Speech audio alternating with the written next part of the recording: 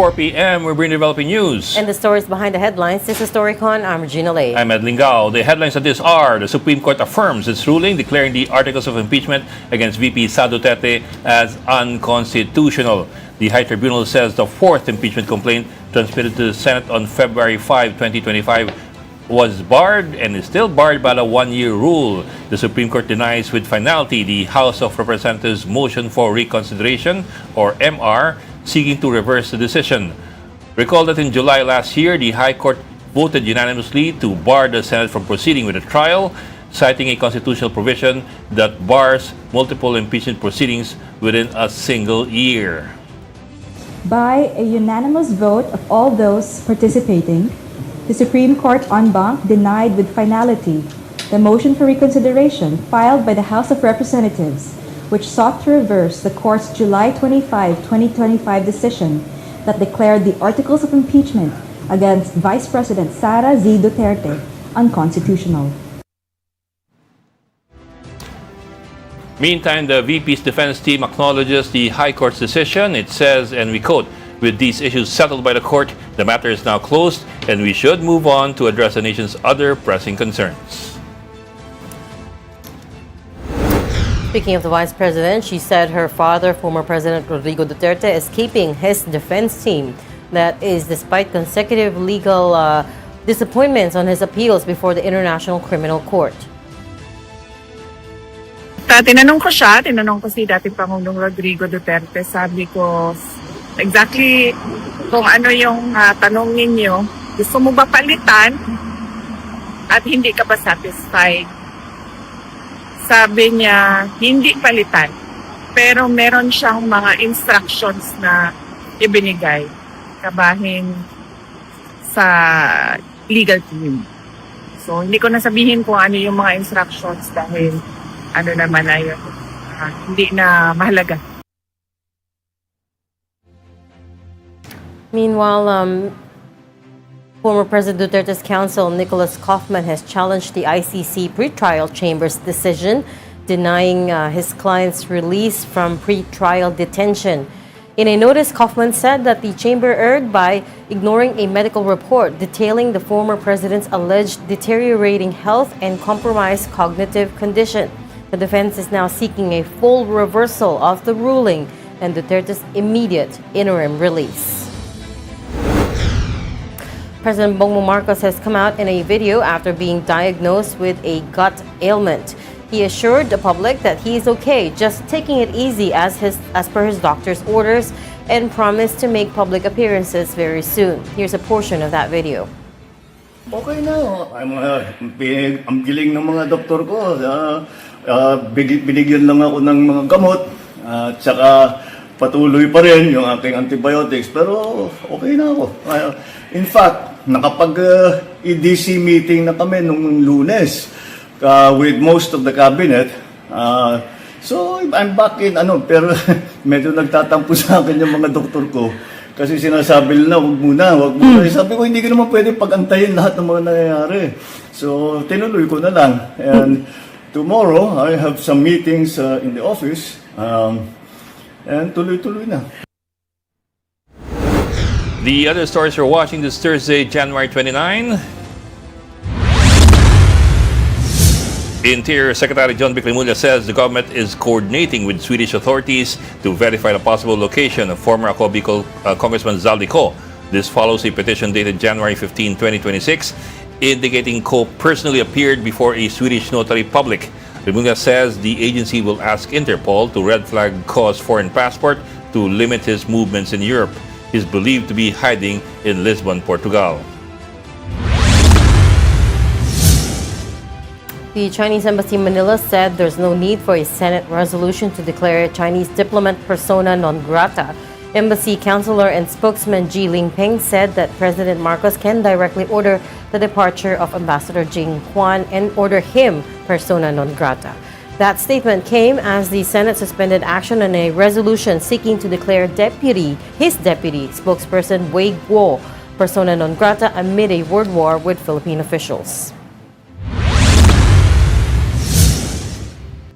And the Philippine economy has tumbled to its weakest growth in 16 years. That's 16 years excluding the pandemic years. This is also the slowest in almost 5 years or since the first quarter of 2021. That talking about GDP in the final quarter of 2025 coming in at just 3% on year, bringing the full year growth to 4.4%. That's for all of 2025. And that's way below the government's target of 5.5% to 6.5% last year.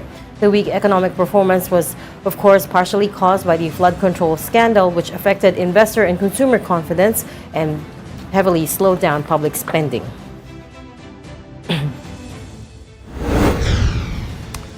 Okay, and joining us maybe in a little bit will be our resident Tito, Ronald Llamas. Akala ko you're referring to yourself. Mas matanda eh. Ah, okay. Mas matanda eh.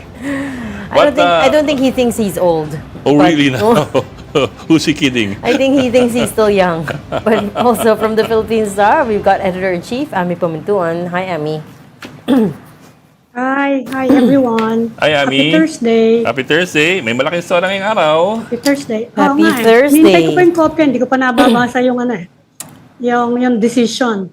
Well, we were just reading it before But the summary at least. the summary of the Although it's resolution. not unexpected ha, matagal nang sinasabi sa atin na parang na-hold lang yung release niyan eh. Di ba? Matagal na Yeah. even before the opening of Congress. Hindi. Shortly after the opening of Congress, meron na raw eh. And realistically, how likely is it that unanimous decision will be overturned by the Supreme Court? Yes. So there was that other Although, hindi aspect. ba intriguing yung sinabi sa atin kahapon ni Adolfo Ascuna, sabi niya, kaya naman nagkaroon ng ganyan ng mga additional rules. Kasi daw it was based on the perception dun sa ponente nga ni Marvic Leonen na hindi pinasa-round yung walang meeting dun sa House, yung required meeting sa House. Saka, yun na nga, hindi daw sigurado kung nabasa man lang Okay. ng mga membro yung pinirmahan nila, di ba?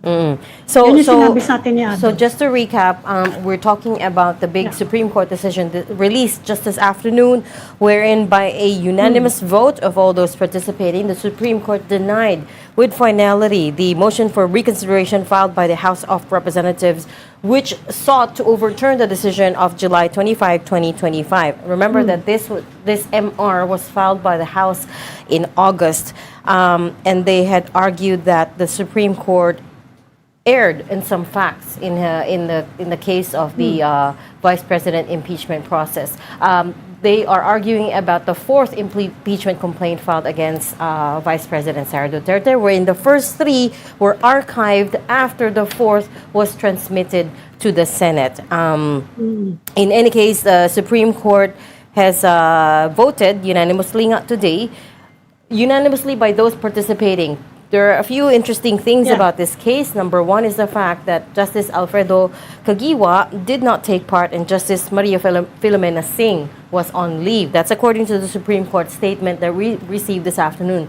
These two justices were the same justices who did not take part in the first decision, in the earlier July 2025 decision by the Supreme Court. So it's curious to me na wala na naman today, of all days, si Justice Singh, the day that they decide to decide on the MR. So, ibig mo sabihin, umiiwas? I don't know, but it's curious to me na exactly on those 2 days, Yung it's ba the ibig mo same sabihin? people that are absent in the decision.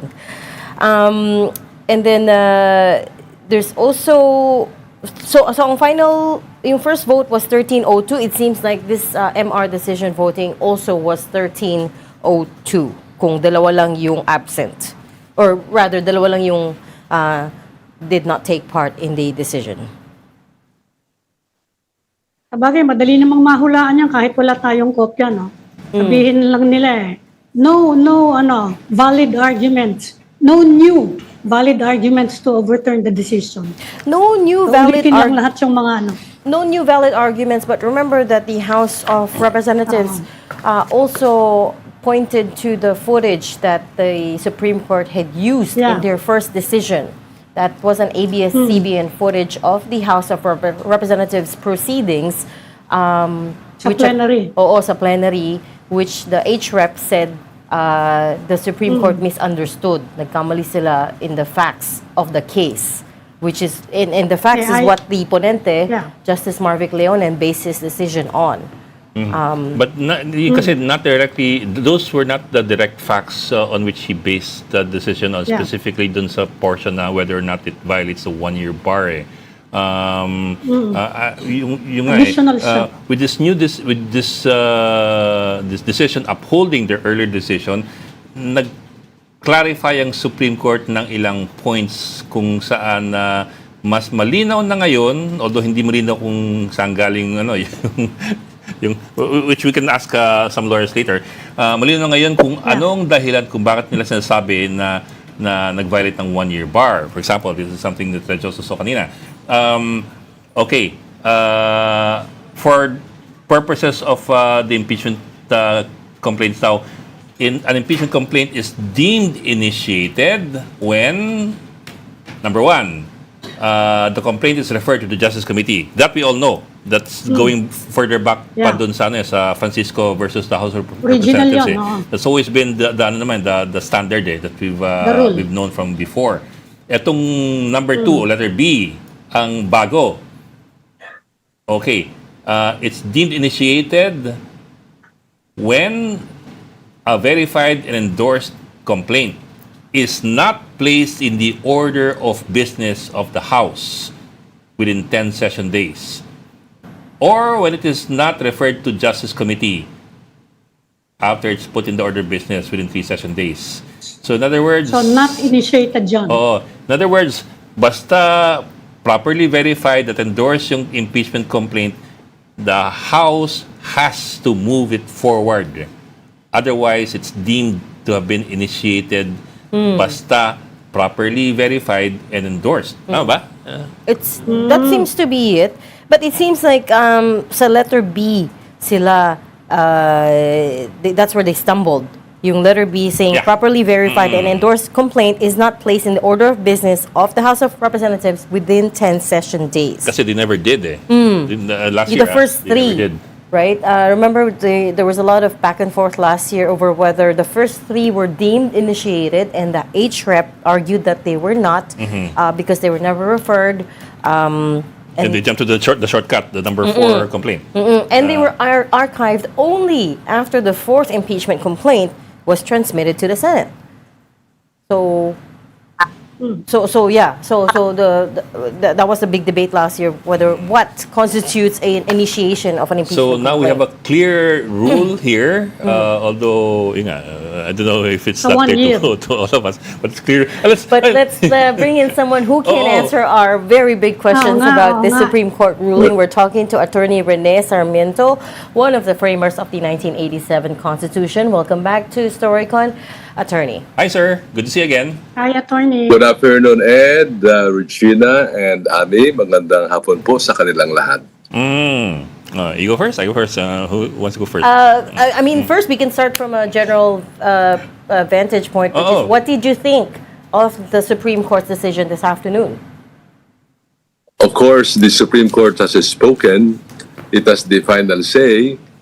Pero po may kalungkutan pong kasama ang pagtanggap ng desisyon na yon because of the ruling that supersedes all other rulings of the Supreme Court in the past. Nabanggit niyo po yung case ni Francisco versus House, and then of course Gutierrez versus House. Ito po ay na-supersede. Napalitan na po ng bagong ruling dito sa Duterte versus House. So tanggap po, pero malungkot po ang pagtanggap ng desisyon ng ating Korte Suprema.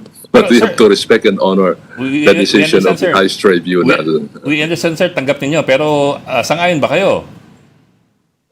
Well, I have my reservations pang pasubali, Ed, sa mga sinabi ng ating Korte Suprema dahil hindi po yan ang ating pag-aralan noong mga nakaraan at batay na rin sa mga desisyon ng Korte Suprema. Kaya may magpasubali po ako reservations sa naging desisyon ng ating Korte Suprema. Sir, They adhere to the spirit of the Constitution. Dahil po isa kayo sa framer nun.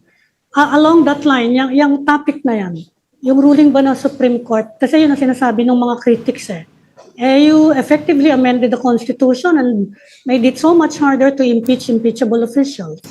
That is correct, Ami. I think I agree with you. May tinatawag na judicial overreach, pagmamalabis ang ating Korte Suprema amounting to judicial interventionism.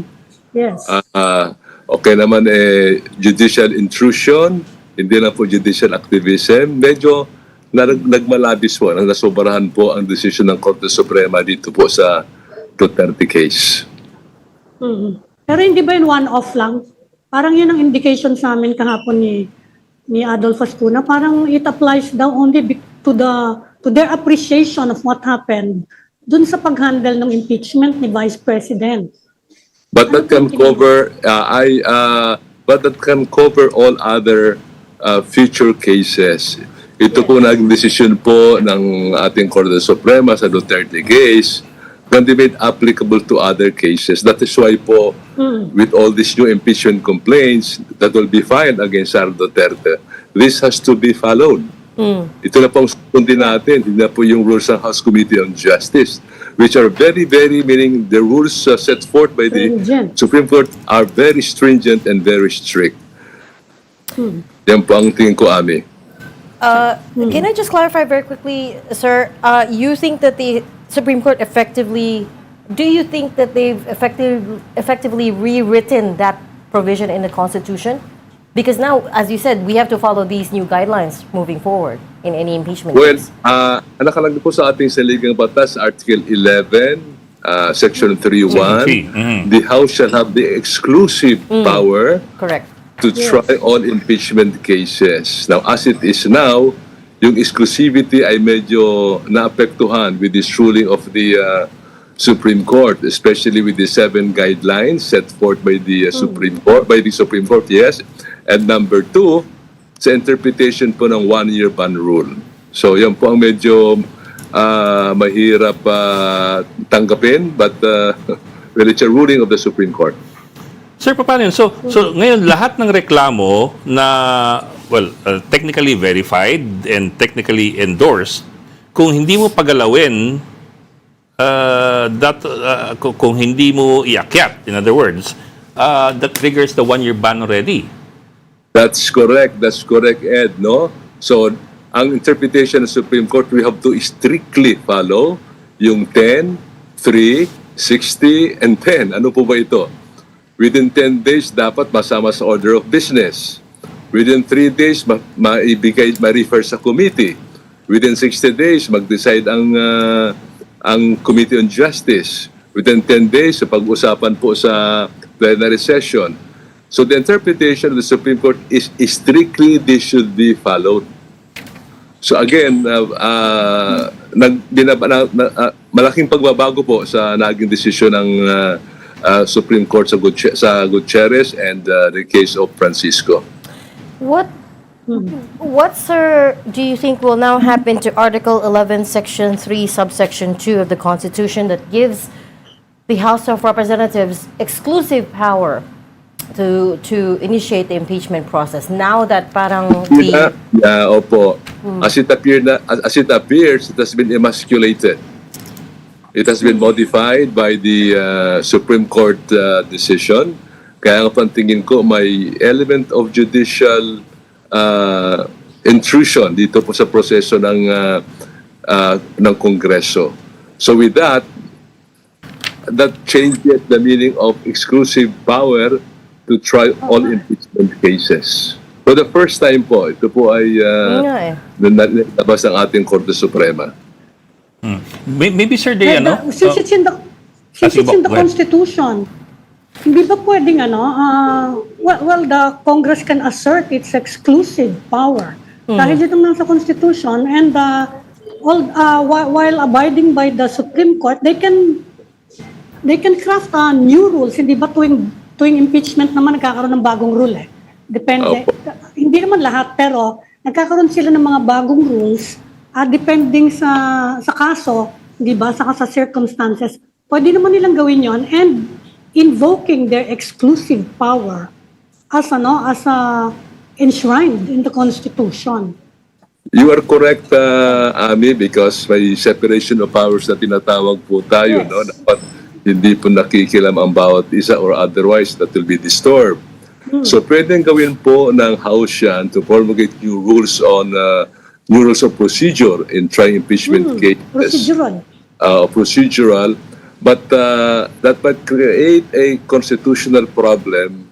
Sasabihin ng Korte Suprema, especially those supporting the Vice President, this should violate the rules formulated by the Supreme Court and the recent ruling in the Sara Duterte case. So these are possibilities that might happen. No? If new rules will be crafted by the House stating you have the exclusive power to try all impeachment cases. Well, sir, I'm reading paragraph 2, section 3, article 11 of the Constitution. Baka the Supreme Court chose to look at the literal writing of the verbs being used in that paragraph. Kasi while a verified complaint may be filed, it shall, meaning it's required, it shall be included in the OB order business within 10 session days. And the committee, after hearing, shall submit its report. So it does sound like a requirement that it has to move forward. Ed, magkaibang interpretasyon po ng ating Kongreso sa meaning ng session days, no? Yes, sir.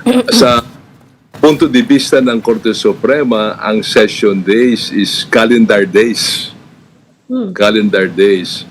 But not from the point of view of Congress, meaning legislative sessions. Ang ibig sabihin, legislative days po, hindi po calendar days. So, ang 10 session days from the point of view of of Congress, of the House, is not session days. As a matter of fact, dito sa Sara Duterte case, they were saying we have 3 more remaining session days when we acted on the 4th impeachment complaint. So that has to be clarified, no? The meaning of session because of the differences in perspective. But sir, where do you stand on that? Which interpretation do you think is right? Well, kung ako pong tatanungin niyo, Regina, from the point of view of the House, no? For a long time, that has been the practice. Hindi po yung calendar days, but legislative days. So to me, that has to be followed. After all, that's the sessions of the House of Representatives. They have the final say on all matters sessions. Sir, segue naman dun sa isa pang issue na niraise ang Supreme Court, yung apparent failure daw of Congress, the legislature, to number one, Due process? yeah, the due process, the part of the decision, which requires that sufficient evidence also be presented that would prove the validity of the complaint. There were some people who have been saying from last year pa na isn't that tantamount to basically staging already a trial in the initial impeachment process pa lang. Not just presenting the articles of evidence, but giving the defendant a chance to respond. That's the other one. Yeah. Okay. Actually, Ed and Regina, if you examine the rules of the Committee on Justice, sapat na po no, to comply with the requirements of due process of law. May hearing, may examination, may presentation of evidence.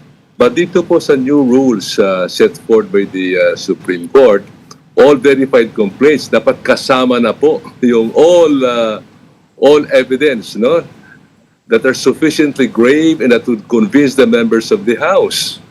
So yung nature of impeachment as not a criminal or civil trial, medyo po naapektuhan po with these new requirements. Mukhang strictly criminal or civil procedure na po ang nangyayari po sa ating impeachment proceedings, which is a political process, though with constitutional characteristics.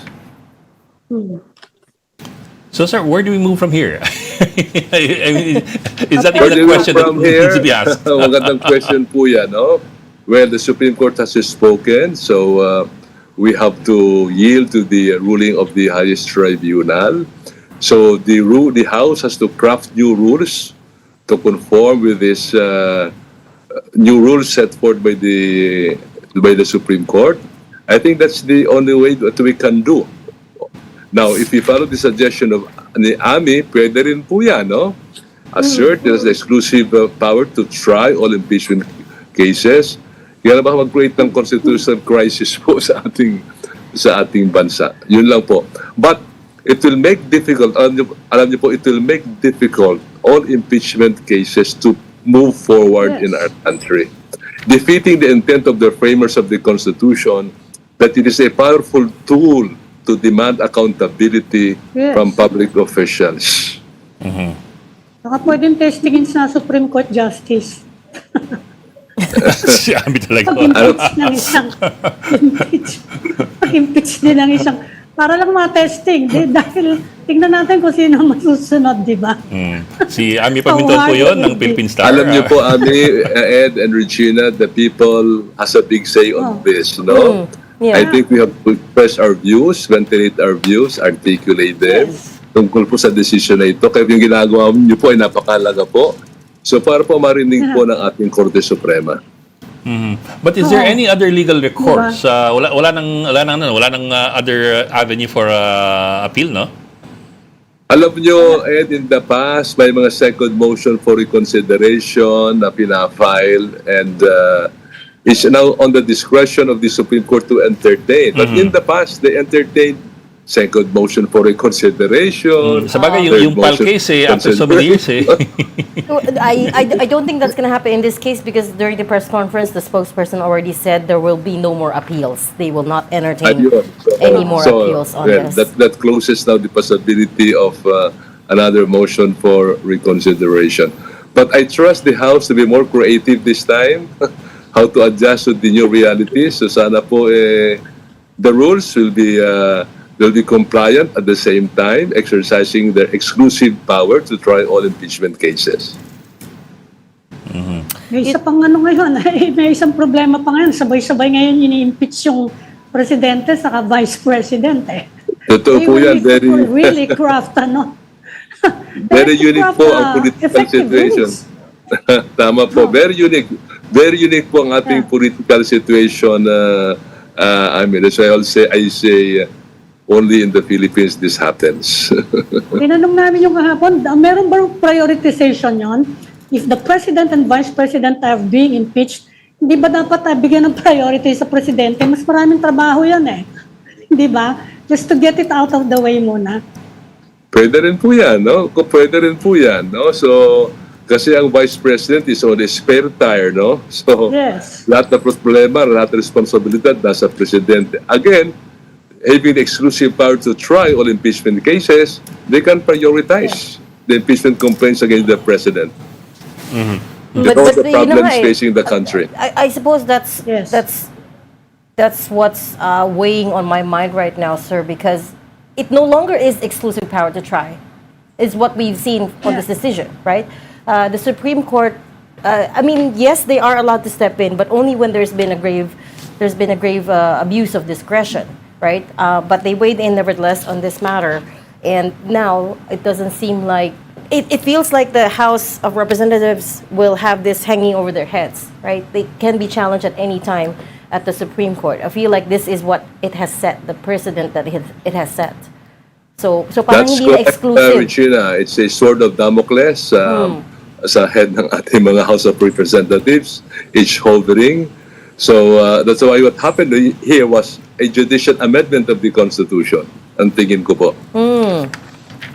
Judicial amendment of the Sabi ko, Constitution. mag-impeach ng isang Supreme Court Justice din. Para lang ma-testing yung ano.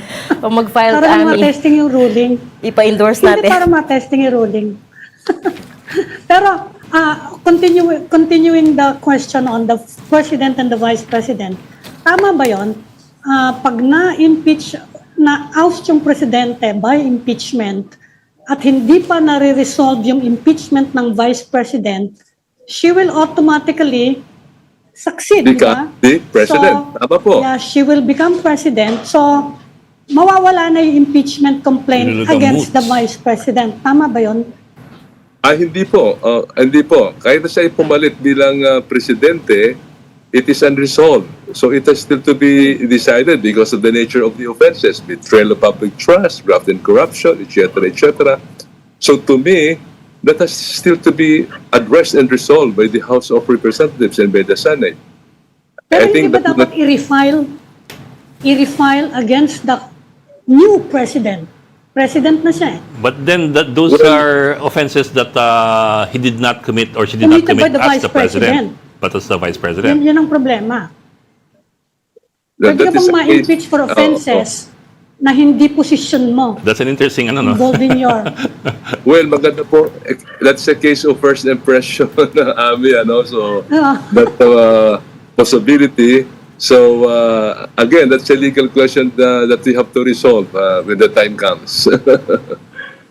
Oh, kasi nga sir, that would be interesting if the vice president becomes the president and therefore no longer the vice president, then the impeachment complaint against the vice president may no longer be applicable because he is no longer the vice president. Pwedeng that is one interpretation, Ed, no, na wala na po. But in the meantime, pwedeng another interpretation. Yung crimes naman, hindi na bago eh. Nandiyan pa rin naman eh. Yung offenses eh. Yung betrayal, graft and corruption. Ibig sabihin, ito po ay tatakpan, kakalimutan. So, I don't think the public will accept that, no? So, I think it is a case of first impression that has to be addressed by the wise men of the House and the Senate. Kumbaga, yung habol would no longer be yung removal from office because she is no longer in that office, but yung disqualification. Yeah. That's correct. Removal and disqualification. Out ang removal, so disqualification remains. So, pwede po, Ed, no? That will stay. Napaisip siya ito. Si Commissioner, napaisip si Commissioner. Sir, Pero ang option talaga ngayon ay magre-refile ng impeachment complaint against Opo. the Vice President. Opo, it has to be refiled soonest po. Kasi nga po, may mga nabanggit naman sa balita na magre-refile. So, I think the complaint should be refiled soon. But sir, I mean, I feel like this decision has the lesser issue now is whether they can refile or not, because February 6th is around the corner. If they will refile, they can now do so freely. But it's more the implications of the 7 new guidelines that the Supreme Court set down that will make it harder to impeach any public official. I was trying to look it up, but hindi ko mahanap yung full 7 rules. But I do remember that PhilConsta, the Philippine Constitution Association, had protested when this was first issued by the Supreme Court last year. They asked that the Supreme Court revisit the constitutionality of these 7 new guidelines. Are you saying then, so you're saying that the House has no choice at this point but to write new rules for impeachment, but do they have to adopt all these 7 rules, these guidelines? That's correct, Regina. So they have to adjust, they have to adopt the new 7 guidelines set forth by the Supreme Court. So we have no choice but to comply as a matter of constitutional process. So sir, basically, hahaba ang impeachment process. And mahihirapan That's sila. why this decision has weakened. This decision has emasculated this constitutional weapon of impeachment to exact accountability from the public officials. So the higher the position, the higher the service. Dapat ganun po eh. So, sabi ni Cabras Ople, is that a constitutional decoration is a powerful tool. Now, this tool has been dulled by this, by this decision of the Supreme Court. Yeah, it would. I mean, impeachable offense yun. if it's now harder Hindi ba to... impeachable offense yun? But, Si Amit gusto talaga. constitutional violation yun eh. Hindi ba impeachable offense yun? New definition po yan ng ng violation of the Constitution. Si Ami umaanggulo eh. Oh. Diba? Ay, talaga Philippine Star umaanggulo eh. Hindi, that's protecting themselves. They are impeachable officials, the Supreme Court justices. Di ba? Yeah, tama po. The Vice President, the President. You're putting out a self-serving decision. So Protecting themselves, not just the Vice President. That's correct. President, Vice President, Supreme Court Justices, Constitutional Commissions, and Ombudsman. Sila po yung impeachable officials. At saka considering na dati meron ng mga effort to impeach 7 justices all at the same time. Kaya nakikita niyo yung background niya na, hindi ba? So now you want 13 Well, justices? Kaya lang, anong recourse ng publiko kapag ganyan na inamend ng Supreme Court yung Constitution? Well, one possibility is I think the public has expressed their views on this. No, pag-usapan po ito and let the public opinion, kumbaga, be addressed, be listened to by the Supreme Court and by the House. So, napakalaking bagay po ang media po in the public on this issue. So the only recourse at this point is to keep making ourselves heard, especially people Tunag like din. you're a framer of the Constitution, the legal experts, is what you're saying. But I mean, what are the odds that the Supreme Court will change their minds again? Well, in the past naman, Regina, the Supreme Court has changed its mind, no? Yeah. But ang daming decision po, nagbabago po sila. They're also sensitive to public opinion. Siya po ay nakikinig, nagbabasa ng dyaryo. So I'm sure if there is an overwhelming public support for a review, for a relaxation, baka sakali po, no, na sila po ay makinig. Pero sir, in ayan na, many Ami. cases, the Supreme Court has also proven or shown itself to be quite insensitive to the court of public opinion as well. I mean, Yan na. Si Edlingaw yan, Si Edlingaw yan. I mean, for the longest time, we've been Hindi ako asking yan. for transparency with the SAL- ens. Oh, yes. Actually, Yes, the SAL-en, absolutely. The Yeah. SAL-en problem Hanggang began ngayon, among hanggang ngayon, other... di pa nila nilalabasan yan nila. Among other institutions, the SAL-en problem began with the Supreme Court when they refused Sila to... yung Oo. unang-una ron, oo. I think all law schools should also speak up, no? All law schools, all law deans should speak Yeah. up on the issue. Hindi lang po tayo, but all law school deans para po makinig po naman po ang ating Korte Suprema, no? At madaman nila kung ang pulso ng bayan. Pero sa pray na Yun lang pa kaya tayo. binaryong paglabas ng SALN dahil nga may mga na-impeach sa kanila over SALN issues. Yan ang problema dyan They are protecting themselves. Hanggang ngayon, sila yung mga official na hindi pa naglalabas ng SALN. Pero I mean, it goes way back I mean, it goes way back even before the co-warranto and the impeachment. I mean, when I was in the PCIJ, Hindi sila talagang naglalabas. hirap kumuha ng SALN from the Supreme Court. Talagang doon pa lang ganun na. But anyway, that was long Kaya time nga ago. sila yung sample. Ayun yung yung mga headline. na-impeach sa kanila, including Marvic Leonan, Ayun were yung headline impeached ni over Ami. SALN issues. Parang nakikita ko na yung headline ni Ami tomorrow. Sir, attorney, if I could just pivot a little bit, if you guys are sige, okay sige. with the impeachment. We were also talking yesterday about the anti-political dynasty bill. There are about 20 versions of the bill that's pending in the lower house right now, which they're gonna which they have started debating. And yesterday we were talking to Justice Adolf Ascuna, and I asked him if the framers of the Constitution should have included the definition of a political dynasty to begin with. So we don't find ourselves in this space where we're debating up to what degree of consanguinity. What do you think? Well, that was an issue that was discussed in the Constitutional Commission, Regina. Should we define the meaning of political dynasty? They have to state what degree of affinity or consanguinity. But at the time, I see now the wisdom of defining it, no? Today.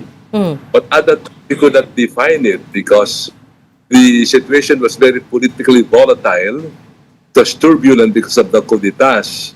So we decided that we leave it to Congress, believing that Congress will be patriotic and be wise enough to define right away after the ratification of the Constitution. But we were mistaken, Regina. No? We were mistaken. So nagkamali po kami, nagkulang po kami, pero ang nakita po ngayon, dapat na-define na. Sir, how would you have wanted it defined?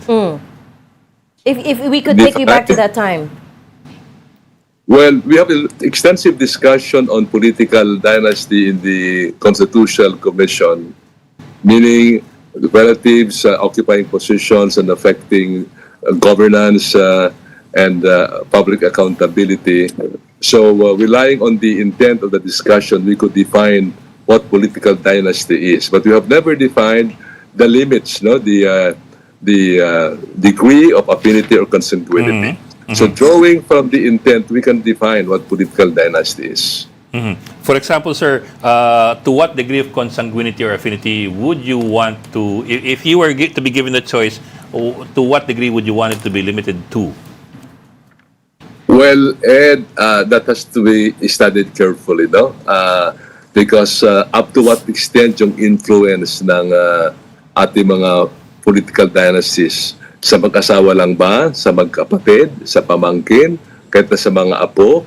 So that has to be carefully weighed and studied, Ed. I think I'm not in a position right now to state up to what degree of affinity or consanguinity.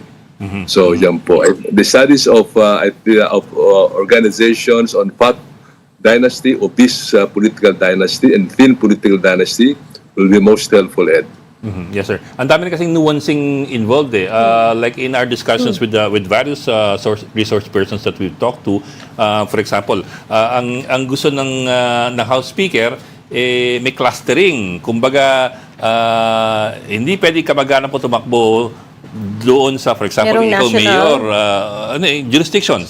Sa probinsya, hindi pwede yung mga kamag-anak po tumakbo to what, third degree of consanguinity? Fourth degree. Kay Speaker? Fourth degree. Ganon. Pero sa kabilang probinsya, pwede. O kabilang region, pwede. Kaya, So may mga ganong ano. kaya may proposal na gawing regional. Regional yung prohibition. That's why it's complicated, no? Kaya sa Concon at that time, because of the situation of Juritas, we have no luxury of time to make the definition and to make the fine distinction. So, yan pong dahilan kung bakit hindi po na-define. Hindi yung you trusted the lawmakers too much. Well, I think so. Sabi sa amin ni Christian Monson. Yes. I think Sinasabi niya Opo, I think we trusted too much. Thinking that after the EDSA revolution, may pagbabago na ang pananaw, ang attitude, pero, well, nagkamali po kami. Trusted too much, nagkamali po. What about on Hindi, the di ba yun ang sabi sa atin ni Christian Monson? We trusted too much the politicians. what about on the issue of succession? Yung the relatives, family members succeed each other. Yung thin dynasty, kumbaga. direct Tawagin ni succession. Ron Mendoza. Yes. Well, How do again, that has to be included in the definition of political dynasty. Yung nag-succeed na anak o na asawa o kamag-anak, po pwede ba yun? So yan po ay saklaw ng ating meaning of political dynasty. So there should be extensive discussion on this, Regina. No? So not in one sitting, sa House or Senate, this can be resolved. Hearings have been set, so sana po more input should be included and considered by the lawmakers. Sir, I mean, to begin with, Pero it hindi should ba just... yun ang nature ng dynasty, yung direct succession. And Di ba yun ang yung non-negotiable dapat? I'm thinking it should Direct just be succession. outright banned. Because it's not something you inherit. The position is not something you inherit, but we see that that's pretty rampant today, right? And they become That's placeholders correct. once they reach the maximum term limit. They put in a placeholder like anak o And then they asawa. use that position to start, Expanding. to start campaigning for the person that they will anoint.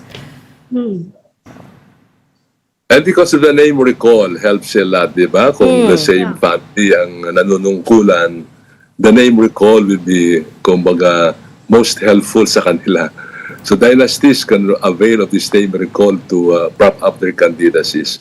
Now, good also, Ed, Regina, and Ami, to study the experience of other countries with respect to political dynasties. Dapat pag-aralan din po natin, especially in crafting this law on political dynasty. Attorney, pinag-aaralan din ngayon yung reforms in the party list. Anong tingin niyo Yeah. na nangyayari from the passage of the Constitution at the current situation ngayon ng party list system natin? I mean, we have a formula in the CONCON, formula or equation for the Philippine party list system. Ano po yung formula po namin or equation? One is social justice. Yeah. Number two is people's empowerment. Number three is party list Western style, patterned after German, other countries. Equals party list Philippine style. That is the formula. If we started the deliberate, that's the formula. So there should be social justice element, people's empowerment, then Western-style politika party list system, ito ba'y nasusunod po sa atin? Mukhang hindi po eh. It's no longer a social justice vehicle as intended by the framers of the Constitution. Kickback vehicle. Anong vehicle, Ami? Kickback. Kickback Philippine vehicle. style talaga, no? Kickback vehicle. And this is dominated by a study, dominated by political dynasties, according to a study on the composition of Congress. There are, it seems there's a lot of provisions in the Constitution that no longer follow the spirit of the law. I mean, we were just talking about impeachment. Impeachment is one. Electoral and, political dynasties is another. Ano pa yung, what were the other things we were debating before? I mean, what goes through your mind when you see all these, sir? I mean, Yeah, very disappointing, Regina, that this provisions ratified overwhelmingly by the people in 1986. These provisions are not being followed. Even the social justice provisions are not being fleshed out. No, that's why, according to Claro Imbrecto many years ago, the president of the 34th Constitutional Convention, the best amendment to the Constitution is the amendment of the lives of those governing and those being governed. I think that's the best amendment. Yung pagbabago ng pananaw, ng attitude, at ng ugali ng mga tao, that will be the best amendment. how will we get there, sir? Sir, mahirap ata Parang mahirap mahirap yun eh. i-initiate yun, sir, ha? Mahirap i-initiate yung amendment na yun. Of our lives. Well, we start with education, etc. Talagang pamatagalan talaga, no? It requires a prolonged, protracted struggle to change values of our people. Mahaba pa matagalan na proseso. Is it time to, do a wholesale amendment of the Constitution? Maybe that's also the question. Amendment of the Constitution at this time, well, I have my reservations, Regina. We have good provisions in the Constitution. It's a matter of implementing or fleshing out these constitutional provisions, like political dynasty, party list, social justice provisions, the Bill of Rights provisions, napakarami po eh. But these are not being implemented until today. Many of them. Okay. We'll leave that there. Thank you so much for talking to Thank us you, and sir. explaining all of that Good to to us. see you again. Attorney Rene Sarmiento, one of the framers of the 1987 Constitution. Salamat, sir. Maraming salamat po. Attorney. Thank you for the honor. Salamat po, Ami, Regina, and Ed. Thank you po. Thank you. Attorney Rene Sarmiento, a delegate of the 1987 Constitutional Convention. Okay, a lot of interesting points. If you were one of the ones who framed and wrote the Constitution, fast forward 40 years later, and you see that a lot of the provisions are not being implemented well, they're not following the spirit of the law, what do you do? It's a disappointing state of affairs, no? Yung political dynasty pa lang, 40 years na that they've been attempting to pass. Di ba yun ang sinabi ni Christian Monsod? Marami siyang regret. Kasi it's difficult to rely on the spirit of the law when When what? When man is involved? Is that what you were gonna say?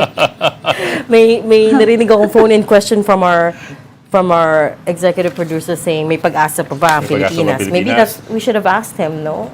Prati may pag-asa ang Pilipinas. Of course, of course. Nasa atin lang yung utay tatayo at maninindigan, di ba?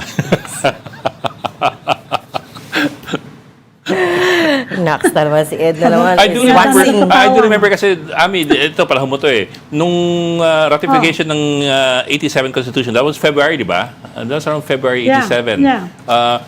One of the campaign points by the Core administration was, let's go for this now. It's not perfect because we need a stability. Because of all the threats. Medyo minadali din siya. All the threats to the administration. So let's establish this as a constitutional government with a constitution. Ang focus ng constitution na it was called the Freedom Constitution. Ang focus niya is to prevent a repeat of the Marcos regime, the Marcos dictatorship. Kaya karamihan dyan sa mga provision na yan, yun ang ano niya, yun ang focus niya. And what does it say about And another us thing, that we're discussing that maraming, in another Marcos maraming ano regime? dyan, remember na, Sabi Army, to. what does that say about us that we're discussing this during another Marcos Exactly. regime? Exactly. What does it say about us when he was voted overwhelmingly? Nagre-report tayo hindi nun. pa nagboto. remember, sa economic-wise, hindi pa masyadong extensive yung globalization at that time. Kaya medyo restrictive siya economically. Na Yeah. yun naman ang pinupush ngayon na ibang sector.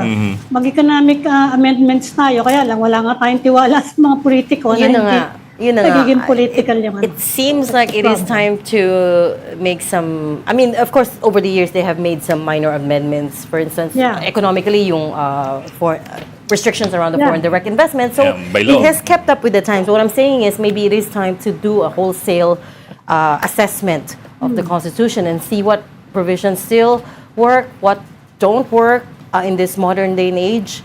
Remember, nagkaroon, I think about twice na nagkaroon ng effort to rewrite the Constitution, di ba? Nagkaroon na, I think, at least two. Nag-produce, I think I have 2 books here on the reforms that were proposed. Paano nangyari? Tuwing magpo-propose ng anti-dynasty provision, that's it. It's dead. Dead. Dead. Yan. Biglang tinatapon yung version at ano, walang nangyayari.